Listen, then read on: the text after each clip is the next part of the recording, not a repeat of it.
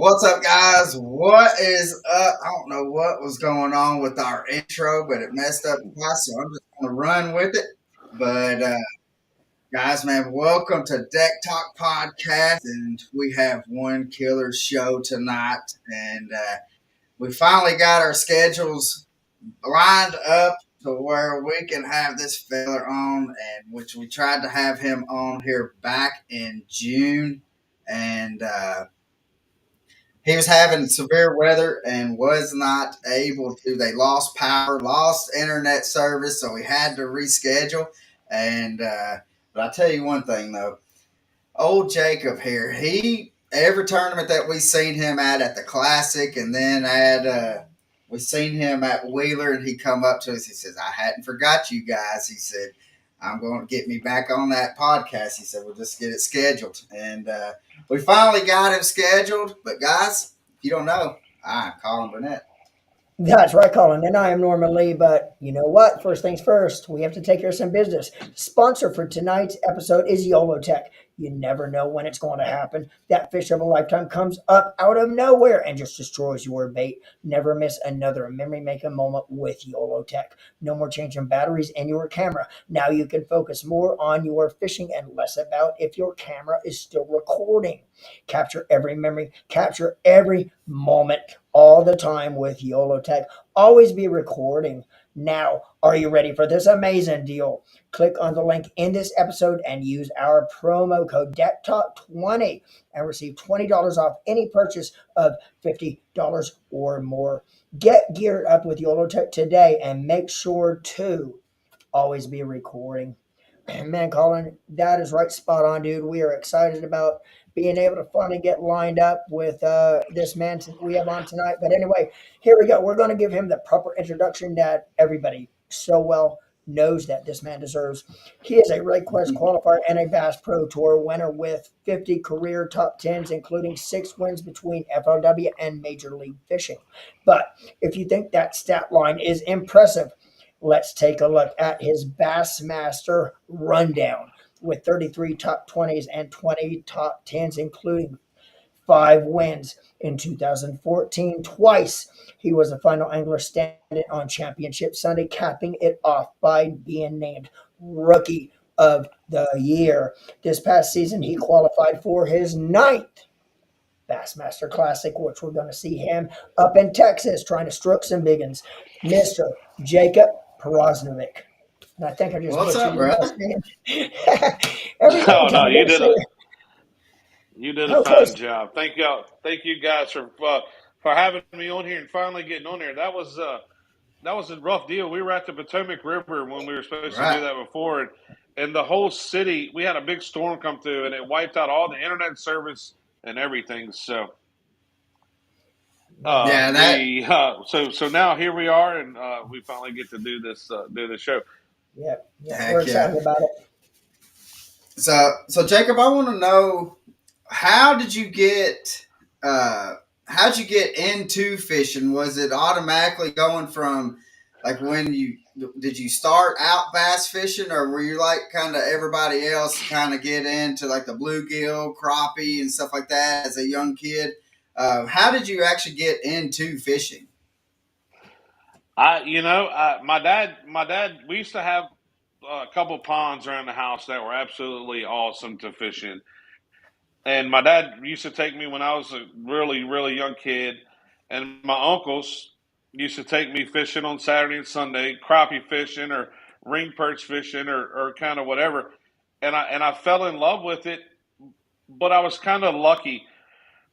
Uh, my dad and Woo Daves were really, really, really good friends, and I used to get to go before all the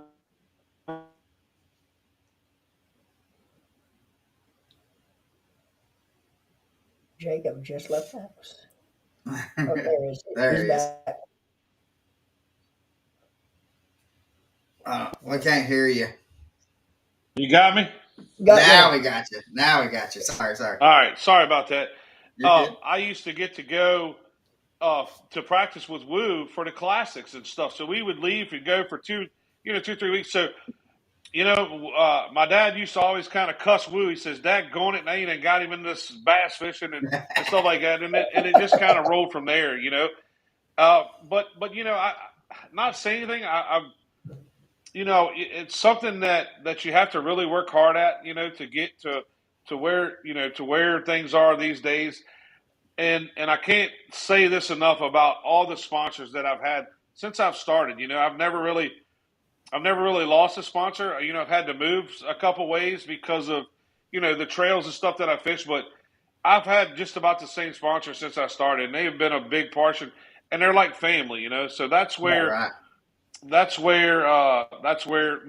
everything comes by in this sport. Yeah.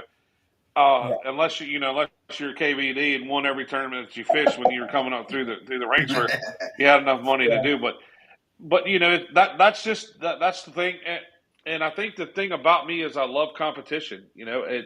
Like if I even just go fun fishing, I'm either having some competition with myself or with whoever's in the boat. So that's Oh just yeah. what keeps it rolling along. Yeah. Right. Right.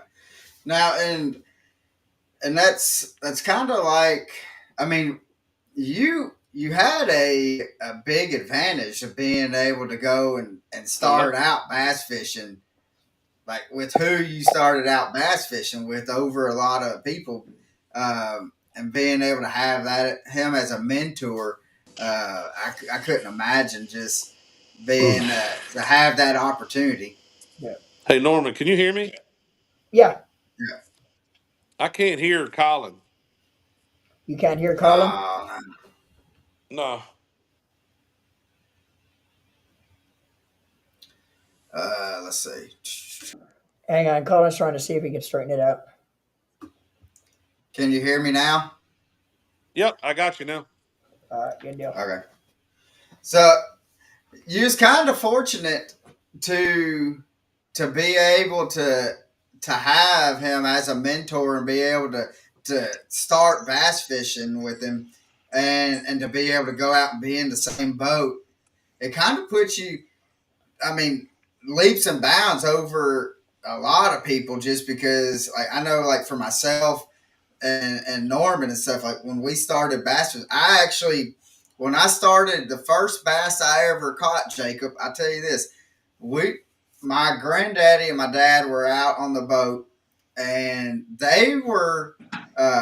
we were catching like big old catfish, and I got tired of catching catfish, and so I threw. My dad had a purple curly tail, probably a Zoom worm or something like that.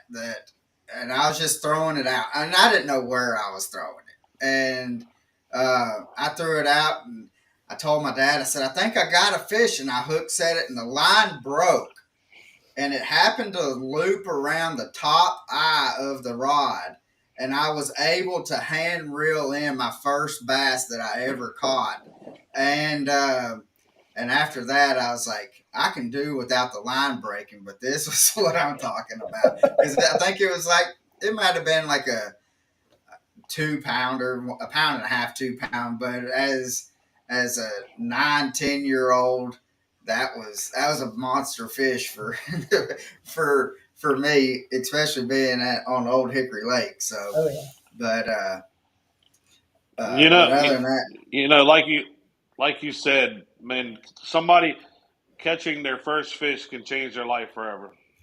it Yeah. it Oh yeah. certainly has. It certainly has. Um, Now, how did you get into to where, like, because you're known for like the sight fishing and shallow water fishing? Um, how did that come about? Because, and which I know, like, us the older guys and stuff like that, and then our generation and stuff. That, I mean, we didn't have any of the.